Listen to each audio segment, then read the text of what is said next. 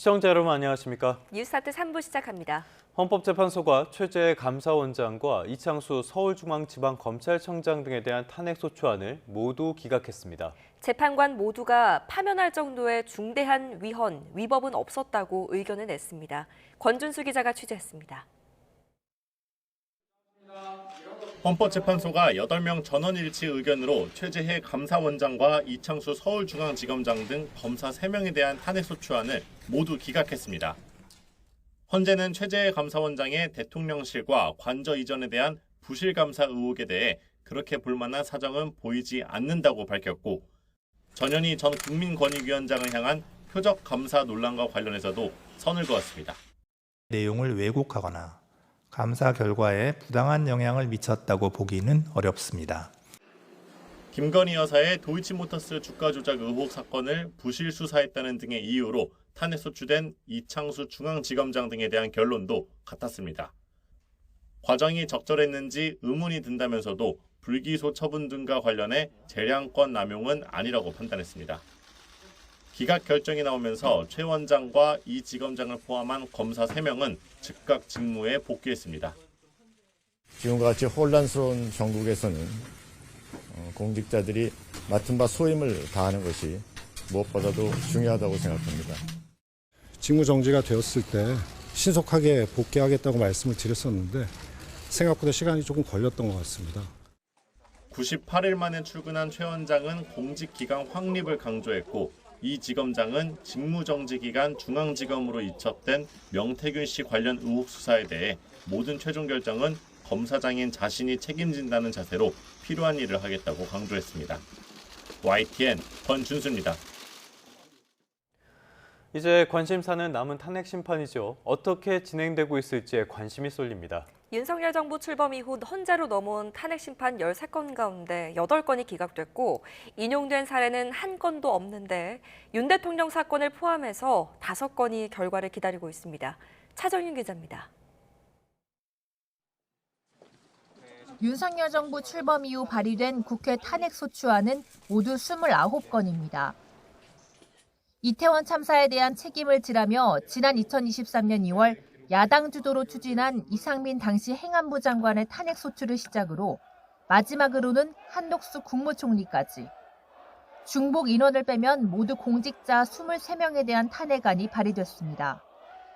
국무총리 한독수 탄핵소추안은 총 투표수 192표 중 가 192표로서 가결됐음을 선포합니다. 이 가운데 국회 본회의를 통과해 헌법재판소로 넘어온 탄핵안은 모두 13건인데 이진숙 방송통신위원장과 최재해 감사원장, 이창수 서울중앙지검장을 포함해 현재까지 8건이 기각됐고 인용 사례는 없습니다. 이제 헌재의 판단이 남은 건 모두 5건입니다. 재판부가 계류돼 있던 사건들을 하나씩 털어내며 주요 사건 마무리에 속도를 내고 있는 가운데 오는 18일엔 박성재 법무부 장관 사건의 첫 변론이 시작됩니다. 이미 변론이 종결된 윤 대통령과 한 총리는 선고가 임박했다는 분석입니다. 탄핵안 29건 가운데 나머지 16건은 국회에서 발의는 됐지만 해당 공직자의 자진 사퇴 등으로 폐기되거나 철회됐고 일부는 법제사법위원회에 계류 중입니다. 앞서 윤 대통령은 비상계엄 선포 배경 중 하나로 민주당의 줄탄핵으로 인한 국정 마비를 주장했는데 헌재의 윤석열 대통령 탄핵심판 선고문에도 야당의 탄핵소추권 남용 여부에 대한 판단이 담겨 있을 것으로 보입니다. YTN 차정은입니다. 국민의힘은 감사원장과 검사 탄핵 사건이 헌법재판관 만장일치로 기각되자 민주당 이재명 대표의 대국민 사죄를 요구하면서 파상 공세를 폈습니다. 민주당은 헌재가 감사원장의 일부 불법 행위를 인정했다는 점에 의미를 두며 윤 대통령 파면으로 전선을 돌렸습니다. 나혜인 기자입니다. 여당은 최재해 감사원장과 검사 3명이 애초 거대 야당에 밑보였다는 이유로 부당하게 탄핵소추됐다고 주장했습니다. 헌재의 기각 결정은 정치적 탄핵을 남발한 민주당에 철퇴를 가한 역사적 선고라고 호평했습니다. 대한민국의 법치주의가 다시 한번 지켜졌습니다. 국회가 가진 권한도 헌법과 법률의 테두리 안에서 행사되어야 함을 분명하게 확인시켜 주었습니다. 당내에선 이재명 세력의 방탄, 보복, 줄타내기 8번 연속 기각됐다며 국민 앞에 석고대죄하라는 맹비난이 쏟아졌습니다. 대통령실은 헌재가 사유조차 불분명한 무리한 탄핵소추에 경종을 울렸다고 환영의 뜻을 밝혔습니다. 민주당은 파면 결정을 받진 못했지만 감사원장의 위법 행위가 일부 인정됐다는 점에 의미를 뒀습니다. 공직자의 불법 행위를 예방하려는 헌법 수호 목적에서 적법 절차를 거친 탄핵소추를 권한 남용으로 볼 수 없다는 헌재 판단도 부각했습니다. 재발 방지, 또 헌법에 대한 정의, 해석 그런 것들 하는 측면에서 현재 진행되고 있는 이 탄핵소추가 탄핵 남발이라고 볼 수 없다 이렇게 분명히 적시를 했습니다. 다만 여론의 역풍이 불 가능성을 주시하며 추가 대응은 자제한 채 윤 대통령 파면에 당력을 집중하는 모습입니다. 이번 기각 결정으로 민주당 안에서 거론돼온 최상목 권한대행과 심우정 검찰총장 탄핵 카드는 당분간 동력을 얻기 힘들게 됐다는 분석입니다. 반면 계엄 사태 이후 줄곧 수세에 몰렸던 여당은 윤 대통령과 한덕수 총리 탄핵 선고까지 역공을 펼 걸로 보입니다. YTN9입니다. 국민의힘 지지도가 오차 범위 안에서 더불어민주당에 앞선다는 여론조사 결과가 나왔습니다. 엠브레인 퍼블릭과 K-스탠 리서치, 코리아 리서치, 한국 리서치가 지난 10일부터 사흘 동안 전국 18살 이상 1000명을 대상으로 진행한 전국 지표 조사에서 국민의힘 지지도는 38%, 민주당은 36%를 기록했습니다. 차기 대통령 적합도는 민주당 이재명 대표가 31%로 가장 높았고요. 이어서 김문수 고용노동부 장관이 11%, 홍준표 대구시장이 7%, 오세훈 서울시장 6%, 한동훈 전 국민의힘 대표 5% 순이었습니다. 차기 대통령 선거 구도와 관련해서는 정권 교체 응답이 47%, 정권 재창출은 42%였습니다. 자세한 내용은 한 중앙선거 여론조사 심의위원회나 전국지표조사 NBS 웹사이트를 참조하면 됩니다. 정부가 오늘 임시 국무회의를 열고 명태균 특검법을 처리할 예정인 가운데 최상목 대통령 권한대행이 거부권을 행사할지에 관심이 쏠리고 있습니다. 정부 관계자는 YTN과의 통화에서 명태균 특검법의 처리 시한에 맞춰 오늘 임시 국무회의를 여는 것으로 안다고 전했습니다. 앞서 최상목 대통령 권한대행은 국무위원 간담회 등을 통해 여론 수렴을 했는데요.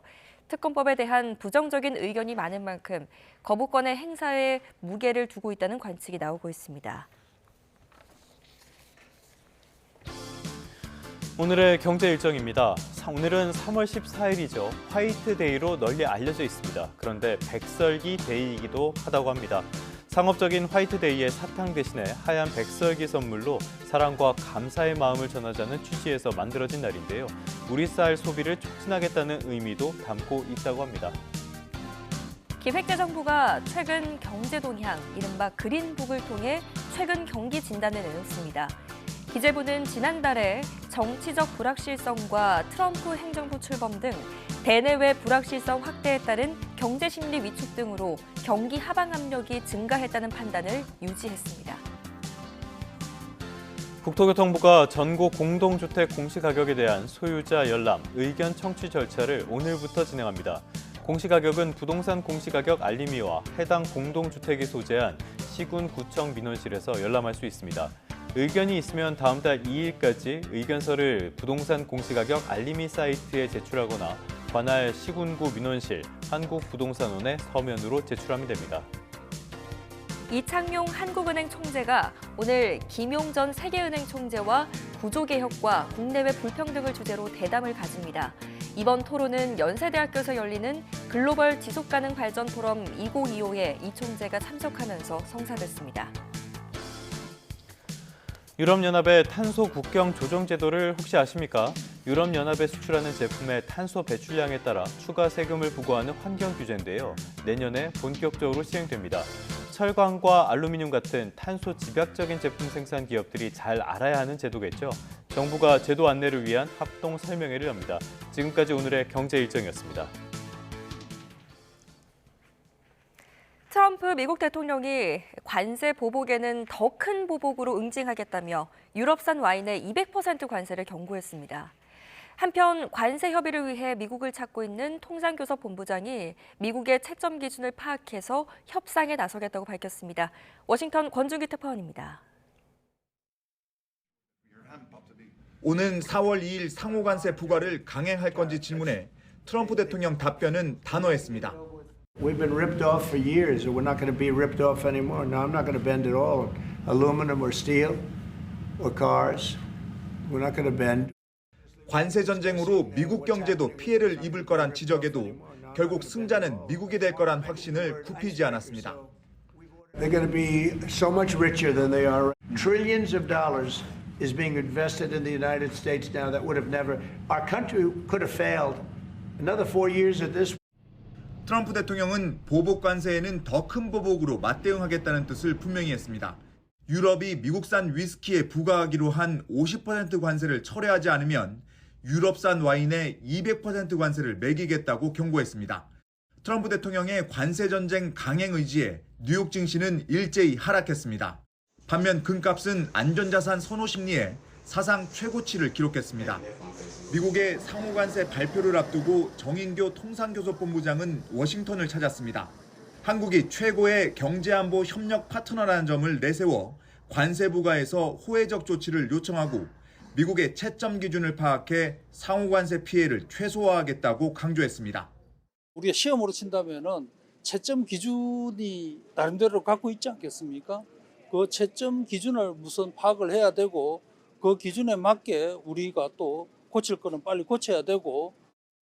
한국도 유럽처럼 보복 관세로 대응할 수 있을지 질문에 정 본부장은 현재 입장에선 명확한 답변을 할 수 없다고 답했습니다. 워싱턴에서 YTN 권준규입니다.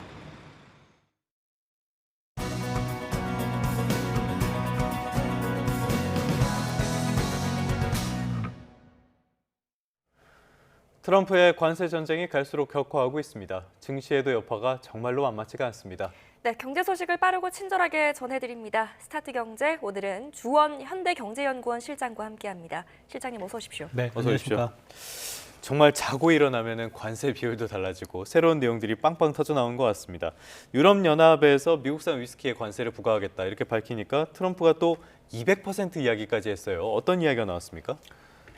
이제 미국산 위스키에 대해서 유럽이 먼저 이제 보복 조치를 한 거죠. 이제 관세를 부과를 했는데, 이제 유럽 쪽에서도 술을 많이 미국 쪽으로 수출하죠. 뭐 미국뿐만 아니고 다른 나라들도 많이 수출하는데 뭐 대표적인 게 포도주, 그렇죠. 프랑스산 와인, 그다음에 뭐 이런 것들에 대해서 이제 트럼프가 200%를 부과를 하겠다.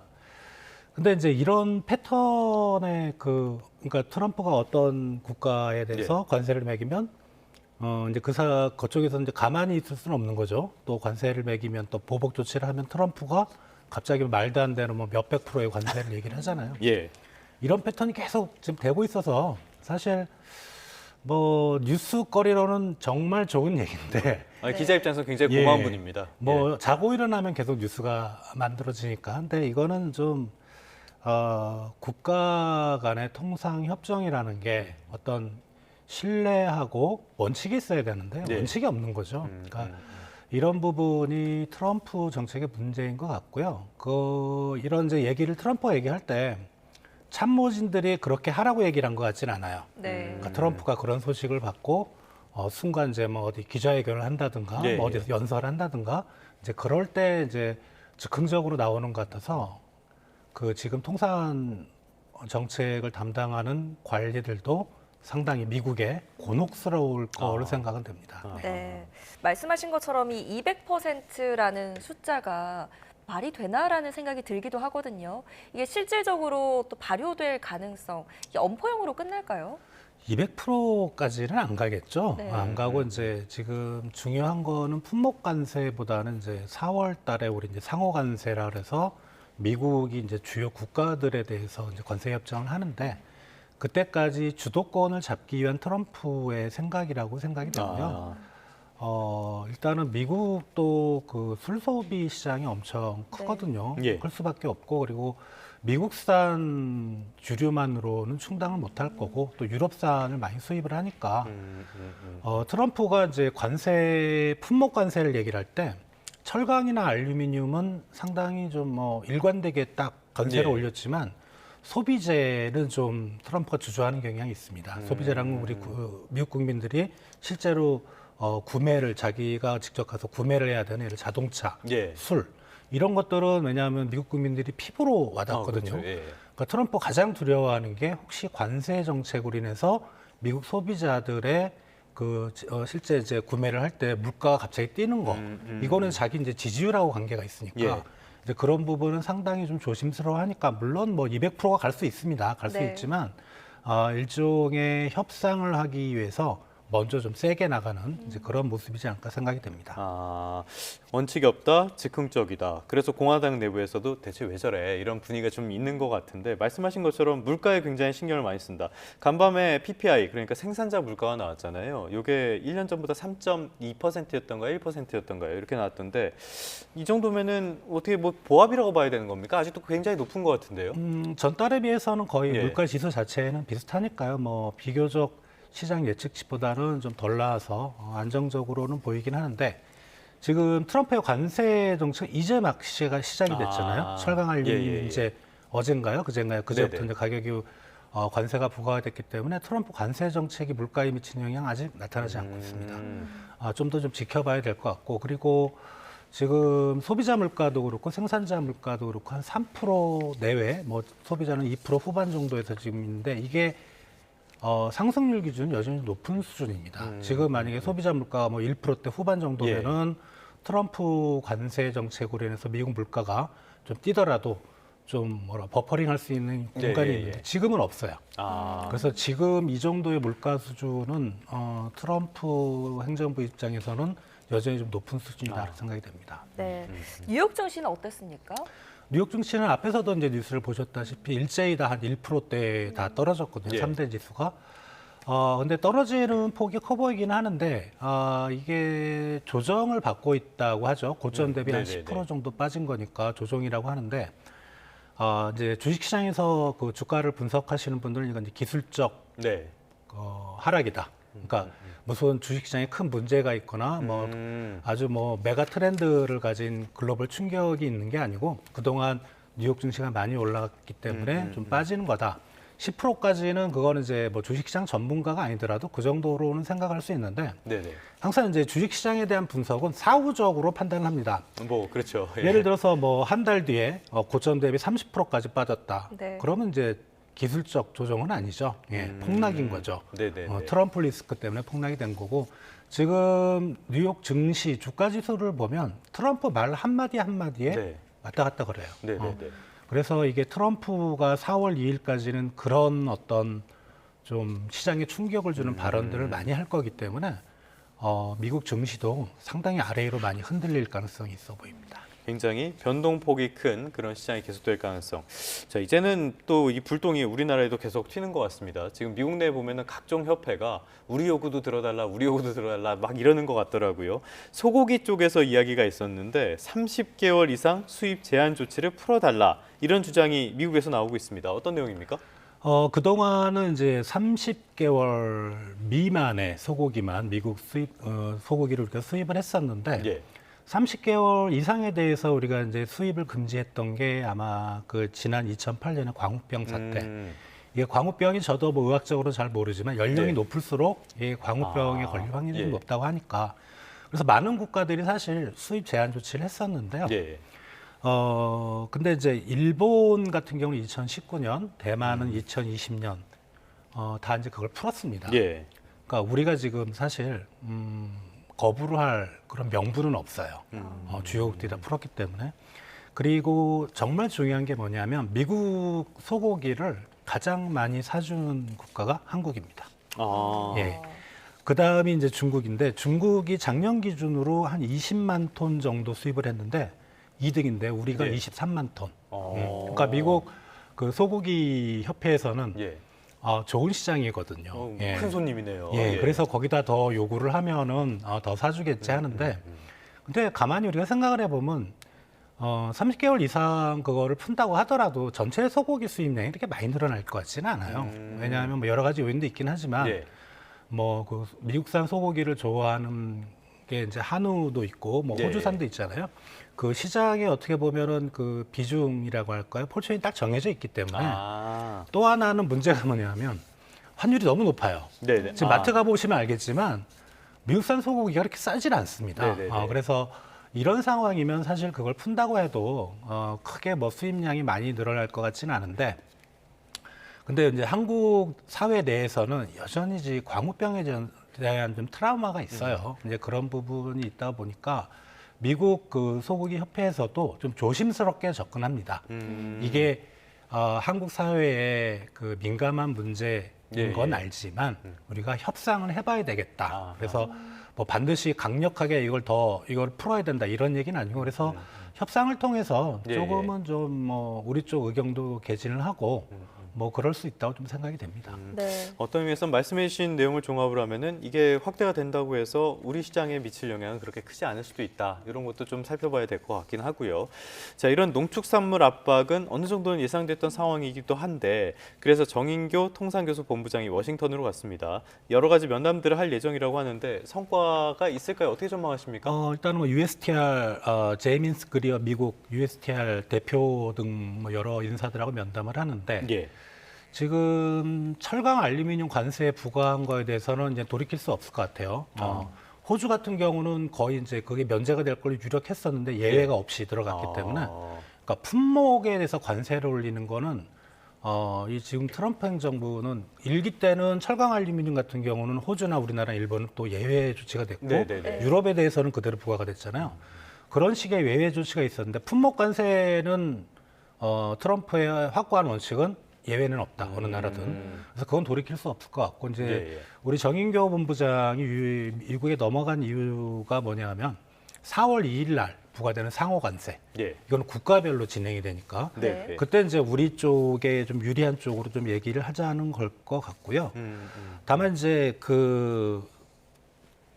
지금 아직 알려진 바와 같이 뭐 알래스카의 LNG 투자라든가, 그다음에 우리 이제 미국과 국방 협력이라든가 이런 부분에서 상당한 좀 진전이 있기 때문에 뭐 이런 거를 근거로 해서 상호 관세에 우리가 좀 유리하게 좀 협상을 맺자라는 본부장의 생각인 것 같습니다. 네, 이렇게 관세 전쟁이 격화하다 보면 성장 동력이 떨어질 수도 있지 않습니까? 보니까 한은이 최악의 경우 한국의 성장률이 1.4%까지 하락할 수 있다라는 보고서를 내놨더라고요. 어떻게 보세요?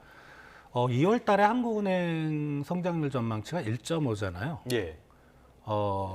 한은이 전제로 하는 이제 비관적 시나리오는 미국이 주요국에 대해서 관세를 올리고 다른 나라들도 미국에 대해서 보복 관세를 하고, 그런데 성장률이 우리나라 성장률이 0.1밖에 안 떨어지는 거잖아요. 1.4라면 그렇네요.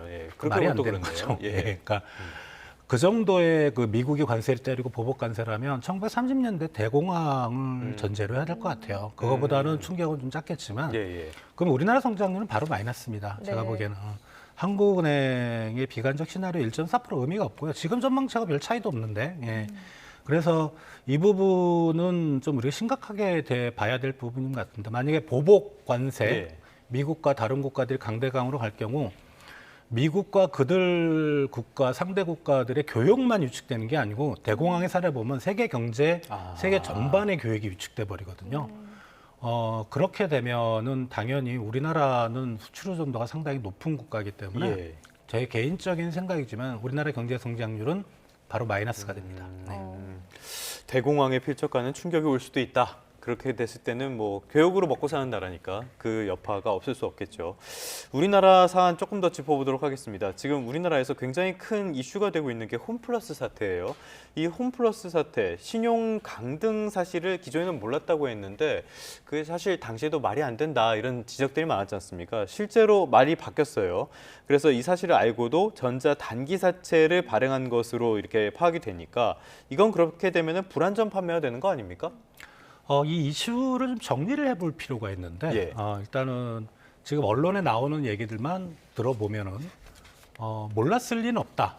신용등급이라는 건 큰 이슈거든요. 그리고 홈플러스가 뭐 최근에는 뭐 좀 개선됐다고 하지만 한 몇 년 동안 계속 적자를 발행했기 때문에 예. 홈플러스의 어떤 재무 구조나 경영 상태에 대해서 상당히 증권사 같은 투자자들이 좀 불안해했을 것 같고 그래서 주의 깊게 생각을 했었을 것 같은데 신용등급 강등을 몰랐을 리는 없다는 거고요. 홈플러스 이제 문제는 이 전단체라는 건데요. 네. 저도 이제 이런 그 채권이나 금융 쪽 네네. 발행하고 이런 유통은 잘 모르긴 하지만 너무 어렵기도 해요, 예, 이건. 이게 전자 단기 사채거든요. 예. 그러니까 좀 이게 기업어음하고 똑같다고 보시면 됩니다. 똑같고 다만 이제 기업어음은 우리가 이 어음 증권 종이로 발행을 하는데 뭐 여러 차이가 있지만은 전단체는 종이가 없어요. 예. 기업어음하고 똑같다고 말씀을 드리는 거는 기업어음은 기본적으로 무담보 채권입니다. 신용만 가지고. 그러니까 네네네. 그 기업에 문제가 생기고 그 기업에 지급 불능이 생기거나 아니면 그 기업이 부도가 났을 경우 기업어음은 휴지 조각이 됩니다. 그럼 전단체를 이번에 이제 많이 발행한 데가 이제 신영증권인데, 예. 그건 신영증권이 다 떠안아야 되는 거죠. 네. 그러니까 신영증권 같은 경우는 그런데 이 전단체를 발행할 때 증권회사들이 그걸 위험을 고지해야 됩니다. 전단체는 금리가 상당히 높아요. 금리가 높다는 거는 휴지 조각이 될 수 있다는 위험하다는 리스크를 뜻이죠. 소비자들한테 분명히 말을 해줘야 되는데 사실 그런 이제 증권들을 판매할 때 불안전 판매라는 게 그런 걸 얘기를 안 했을 때 우리가 불안전 판매가 되는데 그럴 때는 증권회사의 규책 사유가 상당히 높은데 신영증권의 입장에서는 신용 강등되는 걸 몰랐다. 홈플러스가 얘기를 안 해줬다. 그러면은 자기들이 부담할 그런 책임을 일부 홈플러스로 넘길 수 있는 거죠. 그래서 그게 상당히 중요합니다. 누구 말이 맞는 건지.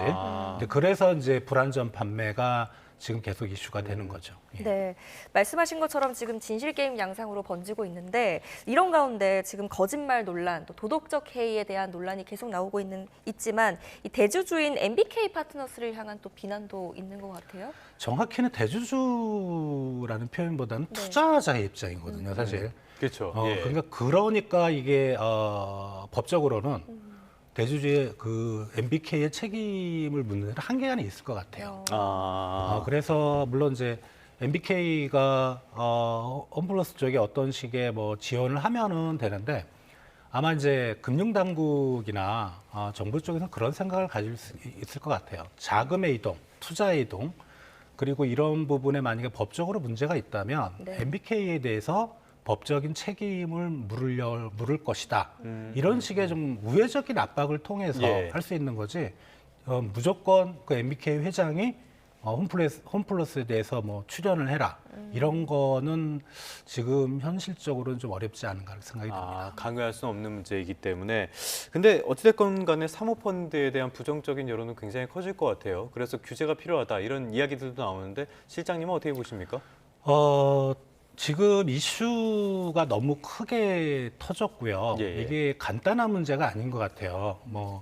그리고 사실 이제 이 홈플러스와 관련된 이 채권이라든가 이런 부분이 금융시장 전체로는 크진 않습니다.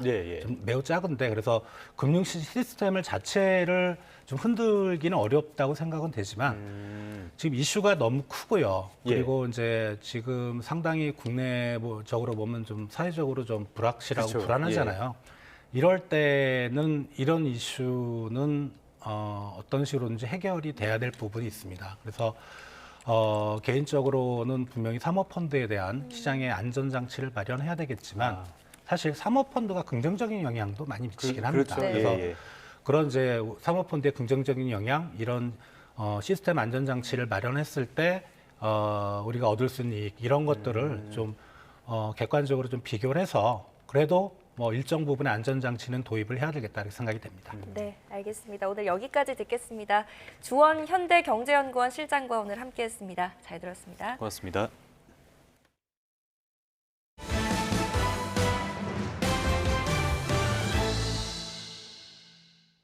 경기도 부천시에서 음주 교통사고를 내고 도주한 50대 여성이 경찰에 붙잡혔습니다. 부산에 있는 아파트에선 전동 휠체어 화재로 주민 11명이 연기를 마셔 병원으로 옮겨졌습니다. 밤사이 사건 사고 소식 이준혁 기자입니다. 거꾸로 뒤집힌 승용차가 길 위에 누워 있습니다.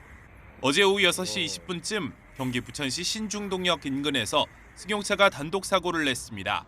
차가요 혼자 부딪히고 고가 그 밑에 시작하는 그 보도블록 같은데 부딪혀서 혼자 뒤집어진 거예요. 그 바로 앞에 상가 입구로 도망가가지고. 운전자인 50대 여성은 도주했다가 인근 상가에서 붙잡혔고 음주 측정 결과 면허 취소 수치가 나왔습니다. 경찰은 여성을 음주운전으로 입건하고 자세한 사고 경위를 조사하고 있습니다. 곳곳이 검게 그을린 아파트 복도에 휠체어는 앙상한 뼈대만 남았습니다. 어제 저녁 7시쯤 부산 명지동에 있는 아파트 2층 복도에서 불이 나 40분 만에 진화됐습니다. 분리수거하고 돌아오는데 베란다 밖으로 살려달라고 할머니하고 할아버지, 애기들하고 막 소리를 지르더라고요. 이 불로 주민 21명이 연기를 마셨고 이 가운데 11명은 병원으로 옮겨졌습니다. 소방당국은 복도에 세워져 있던 전동 휠체어 배터리에서 불이 시작된 것으로 보고 있습니다. 어젯밤 9시 40분쯤에는 광주 봉선동에 있는 야산에서 불이 나 30분 만에 꺼졌습니다. 이에 앞서 어제 저녁 8시 50분쯤에는 경기 수원시 아주대학교 병원 로비에서 경비원에게 흉기를 휘두른 30대 여성이 현행범으로 체포됐습니다. 피해자는 팔과 이마 등을 다쳤고 생명에 지장이 없는 것으로 파악됐습니다. YTN 이준엽입니다. 친팔레스타인 시위를 주도했다가 추방 위기에 놓인 컬럼비아 대학교 대학원생의 석방을 요구하는 시위대가 트럼프 타워를 점거했습니다.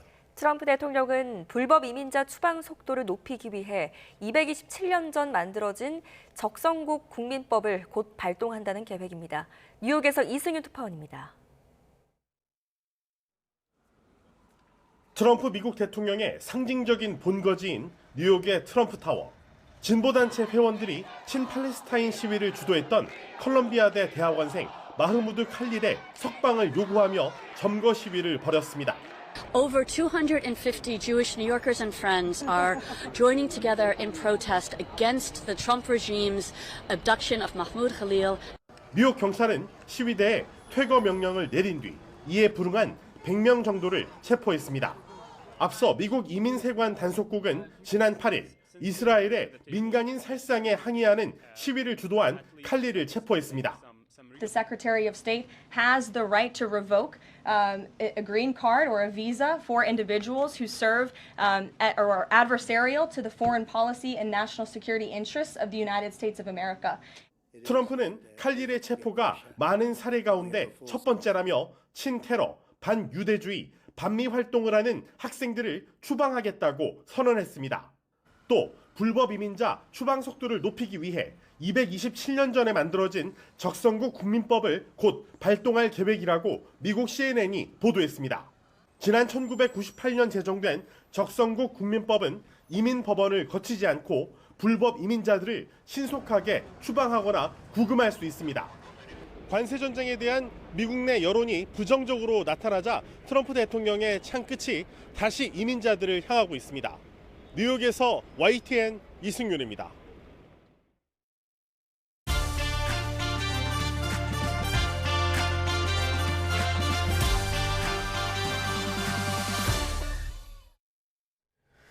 이번 주에는 연예계에서 좋지 않은 뉴스가 많이 있었습니다. 우선 지난달 사망했던 배우 김세론 씨가 한류 스타인 김수현 씨와 연인 사이였다는 유족의 주장이 나왔습니다. 또 많은 사랑을 받았던 가수 휘성 씨가 갑작스럽게 세상을 떠나서 가요계가 슬픔에 빠지기도 했습니다. YTN 스타 최보란 기자와 함께 이 내용 자세하게 짚어보겠습니다. 어서 오세요. 어서 오십시오. 안녕하세요. 기자님, 지금 지난달에 김세론 씨의 사망 사건이 있었잖아요. 그다음에 새로운 주장이 나오는데 유족 측에서 이야기한 거잖아요. 어떤 내용입니까? 네, 너무 갑작스러운 비보였죠. 예. 지난달 김세론 씨는 25살 나이에 생을 마감해 많은 이들에게 충격을 안겼는데요. 음주운전 사고로 인한 손해배상과 각종 위약금, 그리고 작품 활동이 끊기면서 겪게 된 생활고가 사망 배경으로 거론되기도 했고요. 사이버 해커와 악플 등에 시달리며 고통스러워했다는 증언도 나왔습니다. 그런데 최근 배우 김수현 씨와 전 소속사였던 골드 메달리스트가 김세론 씨의 죽음에 영향을 미쳤다는 유족 주장이 나왔습니다. 네. 김세론 씨는 지난 22년 5월 음주운전 사고를 일으켰는데요. 이 여파로 진행 중이던 작품의 제작사에도 위약금 7억 원을 배상했습니다. 그런데 전속계약 종료 후 소속사에서 당시 대납한 7억 원을 청구했고 고인이 이 문제로 큰 고통에 시달렸다는 내용입니다. 네. 그런데 일반적으로 생각하기에는 빌려준 돈을 다시 달라고 한 것이잖아요. 근데 이게 왜 문제가 되는 거죠? 네, 그렇습니다. 유족들은 소속사의 행태를 지적한 건 김세론 씨와 소속사의 관계가 여느 연예인들과는 다르다고 봤기 때문입니다. 유족 주장에 따르면 생전 김세론 씨는 많은 기획사로부터 러브콜을 받았습니다. 하지만 계약 조건도 따지지 않고 2020년 김수현 씨의 소속사인 골드 메달리스트와 전속 계약을 맺었다고 합니다. 골드 메달리스트는 김수현 씨가 오랫동안 호흡하며 작품 선정과 프로듀싱을 함께한 사촌 이로배 씨와 손잡고 만든 회사입니다. 유족은 김세론 씨가 회사를 위해 무급으로 신인 배우 비주얼 디렉팅, 연기 지도 등 실무를 하기도 했다고 증언했는데요. 소속사와 관계가 각별했던 이유가 바로 김세론 씨와 김수현 씨가 연인이었기 때문이라는 주장입니다. 김세론 씨가 직접 작성한 것이라며 유족이 공개한 글에는 2015년부터 21년까지 6년간 교제했다고 적혀 있어 눈길을 끌기도 했습니다. 네. 그러니까 유족은 김수현 씨를 믿고 계약했으며 회사를 위해 무급으로 일하기까지 했는데 문제가 생기자 도와주기는커녕 모든 책임을 지게 한 뒤 방출했고 이후에도 갑자기 빌려준 것이라며 7억 원을 내놓으라 하니 김세론 씨가 큰 압박과 상처를 받았다며 분노하는 상황입니다. 알겠습니다. 이런 지점에서 김수현 씨 쪽으로 어떤 초점 같은 것들이 쏠리고 있는 그런 상황이라고 볼 수가 있겠는데 이런 주장에 대해서 김수현 씨 측의 반응 나온 게 있습니까? 네, 입장을 밝혔는데요. 예. 김수현 씨 측은 유족이 주장한 내용이 모두 허위 사실이라며 부인했고요. 이 같은 내용을 방송한 유튜브 채널에 대해서도 법적 대응하겠다고 밝혔습니다. 그렇지만 이후 김수현 씨가 김세론 씨의 볼에 입을 맞추는 모습이 담긴 사진이 공개돼 파장이 일었습니다. 네. 또 김세론 씨가 김수현 씨에게 오빠 나 좀 살려줘 라며 변제할 시간을 달라고 호소하는 내용이 담긴 문자가 공개되기도 했습니다. 이게 김수현 씨한테 보낸 문자인 거죠? 네, 그렇습니다. 유족 주장에 따르면 김수현 씨는 27살 때 15살인 김세론 씨와 교제를 시작한 것인데요. 사실이라면 미성년자와 사귄 셈이어서 더욱 논란이 되고 있습니다. 이 때문에 허위 사실이라는 김수현 씨 입장에도 불구하고 설왕설래가 이어지고 있습니다. 네. 어떻게 보면 그럴 수밖에 없는 상황인 것 같기도 합니다. 이 7억 원에 대해서도 유족이랑 회사 측 입장이 다르다고요. 어떻게 나오고 있습니까? 네, 입장이 좀 다른데요. 유족 측은 김수현 씨가 갚으라는 말도 따로 하지 않고 개인 돈 7억 원을 지원해줘서 김세론 씨가 굉장히 고마워했다고 말했습니다. 김세론 씨는 갚을 의지가 있었지만 사고로 인한 손해배상 이후 금전적으로 어려움을 겪고 있었는데 소속사가 갑자기 해당 금액을 청구했다는 겁니다. 내용 증명을 받은 김세론 씨는 모혈하며 김수현 씨에게 수차례 연락을 시도했지만 받지 않았다고 합니다. 이 김세론 씨는 당시 자신의 SNS에 김수현 씨와 함께 찍은 사진을 올렸다가 삭제 화제가 된 적이 있었는데요. 이른바 셀프 열애설이라며 논란이 됐던 사진이거든요. 예. 네. 이 김수현 씨의 연락을 유도하기 위한 행동이었다고 설명했습니다. 골드 메달리스트는 당시 회사 돈으로 김세론 씨를 대신해 위약금 7억 원을 내줬다고 밝혔습니다. 김수현 씨 개인 돈은 아니라는 설명인데요. 받을 생각은 없었지만 채무 상환을 안 하면 배임 행위가 될 수 있어서 형식상 내용 증명을 보냈다는 입장입니다. 네, 김수현 씨가 다음 주에 이제 명확한 어떤 근거를 가지고 입장 표명할 것이다 이렇게 예고를 하기는 했지만 그래도 이 활동에 영향은 있을 것 같은데요. 어떻게 보세요? 네, 김세론 씨 측에서 모든 부인을 하는 입장을 밝혔지만 활동에 영향이 없진 않을 것으로 보이는데요.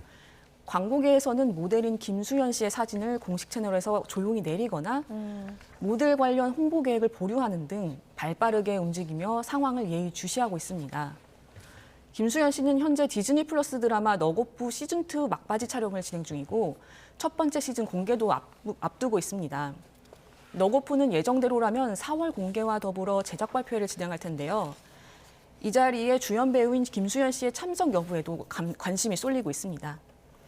김수현 씨는 가수 지드래곤 씨의 음악 프로젝트 예능 굿데이에도 출연 중인데요. 최근 시청자 게시판에 김수현 씨의 하차를 요구하는 글들이 올라오기도 했습니다. 너고프와 굿데이 제작진은 아직 별다른 입장은 내놓지 않은 상황입니다. 이 가운데 유족 측은 김수현 씨에게 해코지를 하려는 의도로 두 사람의 관계를 공개한 것은 아니며 다만 사실을 알려 고인의 명예를 회복하고 싶었다고 말했습니다. 그러나 논란이 커지면서 김수현 씨는 다음 주에 다시 한번 입장을 밝힐 예정이라고 알렸습니다. 알겠습니다. 다음 주까지 이 상황은 좀 지켜봐야 될 것 같고요. 연예 뉴스 하면 좀 즐거운 소식 전해드려야 될 텐데 이번에도 별로 좋지 않은 소식 하나 말씀드려야 될 것 같습니다. R&D 황태자로 불렸던 가수 휘성 씨, 저도 굉장히 좋아하는 가수였는데 세상을 떠났습니다. 장례식이 오늘부터 치러진다고요? 네, 안 되나요? 가슴 시린 이야기 등으로 사랑받은 가수 휘성 씨가 지난 월요일에 사망했습니다. 심정지 상태인 휘성 씨를 어머니가 처음 발견한 것으로 알려졌는데요.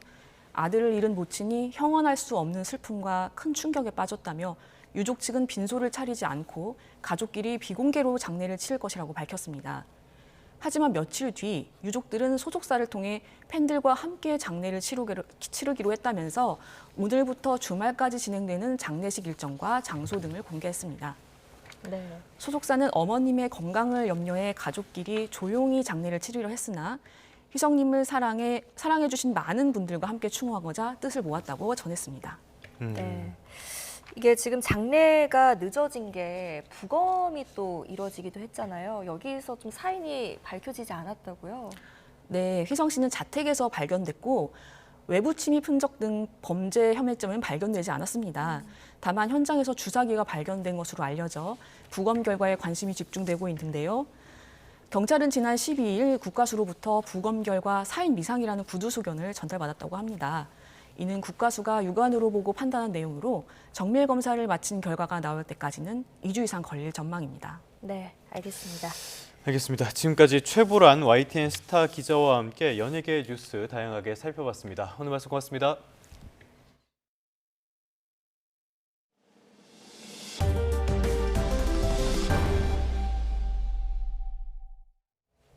오늘부터 전국에서 모바일 주민등록증을 발급받을 수 있습니다. 오늘부터 주소 등록상 주소지 관할 기초지자체 주민센터에서 모바일 주민등록증 신청을 할 수 있고요. 오는 28일부터는 주소지와 상관없이 모든 주민센터와 온라인 정부 24에서도 신청할 수 있습니다. 끝으로 출근길 날씨 살펴보겠습니다. YTN 야외 스튜디오 연결합니다. 고은재 캐스터. 네, 고은재입니다. 어제 날이 상당히 따뜻하더라고요. 오늘 출근길에도 큰 추위는 없다고 하는데 낮 동안 날씨는 어떻습니까? 네, 오늘 나오실 때는 큰 일교차에 대비한 옷차림 해주셔야겠습니다. 지금도 서울 기온이 5도 안팎으로 큰 추위 없이 쌀쌀함만 감돌고 있는데요. 오늘 낮 동안은 서울 기온이 무려 18도까지 훌쩍 올라서 올해 들어서 가장 높은 기온이 예상이 되고요. 마치 4월 중순처럼 포근하겠습니다. 네, 한동안에 저희가 대기질이 계속 나쁘다 이런 소식 전해드리고 특히 어제는 황사까지 기승이었잖아요. 오늘은 어떻습니까? 네, 다행히 깨끗한 동풍이 불어들면서 밤사이 어제 유입됐던 황사도 모두 해소가 됐고요. 지금은 전국적으로 양호한 대기질을 회복했습니다. 앞으로 당분간은 깨끗한 공기가 이어질 걸로 보이는데요. 다만 오늘 낮까지는 잔류하는 황사가 충청과 호남 일부 내륙에 일시적으로 영향을 미칠 수 있겠습니다. 이번 주 좀처럼 맑은 하늘 보기가 어려웠는데요. 주말을 하루 앞둔 오늘 하늘을 가리던 먼지도 모두 거치고 전국 하늘이 맑게 겠습니다. 다만 대전과 광주 그리고 전북에서는 낮 동안 미세먼지 농도가 잠시 짙어질 수 있겠습니다. 오늘 아침 출근길 서울 기온이 5.1도로 어제 같은 시각보다 2도가량 높습니다. 그 밖의 지역도 대전 3.7도, 광주 9.1도로 큰 추위는 없는데요. 낮 동안은 여기서 기온이 10도에서 15도가량 더 올라가겠습니다. 서울은 18도로 올해 들어서 가장 따뜻하겠고 대전 20도, 광주 21도 등 그 밖의 서쪽 지방에서는 20도 안팎까지 오르겠습니다. 주말인 내일도 포근하겠지만 남해안과 제주도를 중심으로는 비나 눈이 내리겠고요. 휴일인 모레는 북쪽에서 찬 공기가 내려오면서 날씨가 급변하겠습니다. 전국적으로 기온이 크게 떨어지겠고요. 동해안에는 대설특보 수준의 무겁고 많은 눈이 쏟아지겠습니다. 한동안 예년보다 포근한 날씨가 계속되면서 내륙의 대기는 점차 메말라 가고 있습니다. 특히 동해안 지역에는 건조특보도 내려졌는데요. 주말 맞아서 산행 가신다면 불씨 관리 철저히 해주셔야겠습니다. 지금까지 서울 상암동에서 YTN 고은재입니다. 네, 3월 14일 금요일 뉴스타트 3부 마무리하겠습니다. 네, 오늘도 저희와 함께 해주셔서 고맙습니다.